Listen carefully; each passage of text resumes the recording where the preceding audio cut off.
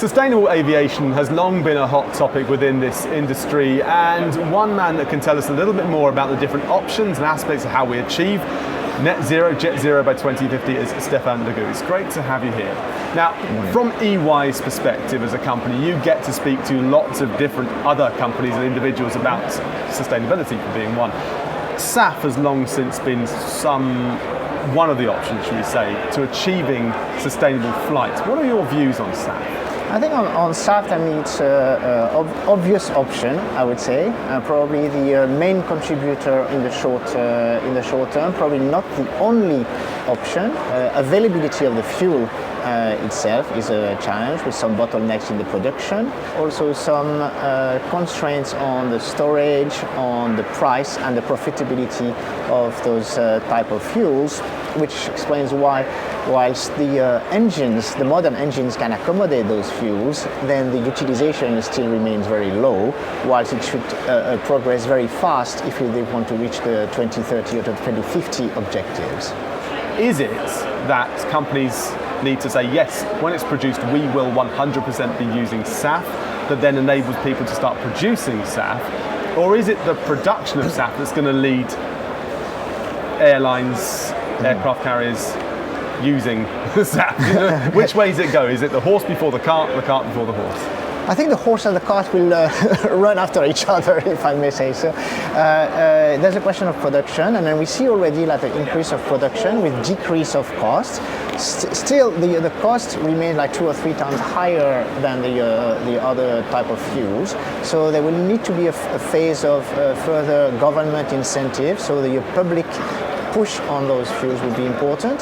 Can be on the price, can be on the incentive, but can be also on the mandate to use a certain proportion of those fuels. So I think it's a combination of factors that will increase the utilization of fuels. And if there's higher demand, production will follow, and then the price will further go down. We know that SAF, or whichever fuel source you use, is going to be a significant part, but one part of many that's going to make this target reached by 2050.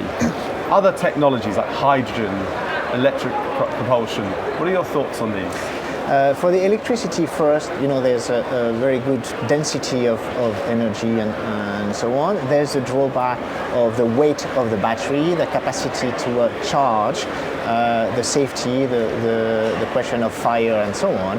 But electricity is not only useful for propulsion, but also to use some parts of the aircraft better, replacing some hydraulic system, so have parts and components that are more electrified in the functioning of the aircraft. And then the propulsion of the electricity can be charged in batteries, can be also produced by self-use using hydrogen, so that brings us to one way of using hydrogen for the propulsion. Hydrogen can also be used as a fuel itself for the turbines. So we see there's a lot of ways of combining, and that also brings us to the hybrid functioning of the aircraft, producing electricity, hydrogen, depending on the phases of the flight, depending on the types of the flight that can be used.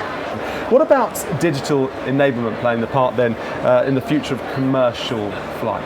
There's a number of things that are being developed in digital. For instance, the Internet of Things, that the machines talking to the machines, like facilitating also the air traffic control. Fluidifying the traffic, avoiding congestion, which is in turn avoiding higher fuel consumption.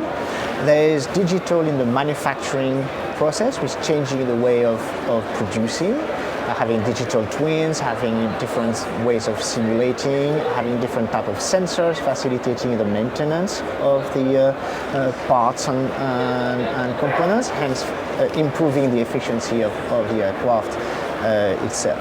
All of that being innovated by the UAV and those different types of drones and other flying devices, with miniaturization, different usage of the digital communication and so on, that can be leveraged on the commercial aviation. when you're looking at new concepts, new technologies, new methods, new approaches, the workforce has to go on this journey as well. And there has been a shortage of workforce recently as well, and a talent pool problem.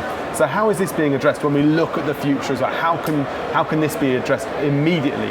A lot of work needs to be done on the STEM training, so having more people being trained as engineers and so on, which also opening a door for more diversity and attracting different profiles, more feminization in this type of study that will increase the pool of resources, but also going back on the digital aspect of things, that's a different ways of working for the workforce, improving the efficiency of the workforce, using different tools and techniques to prompt the faster and more efficient innovation. Investment not only in capital but in ideas for the innovation.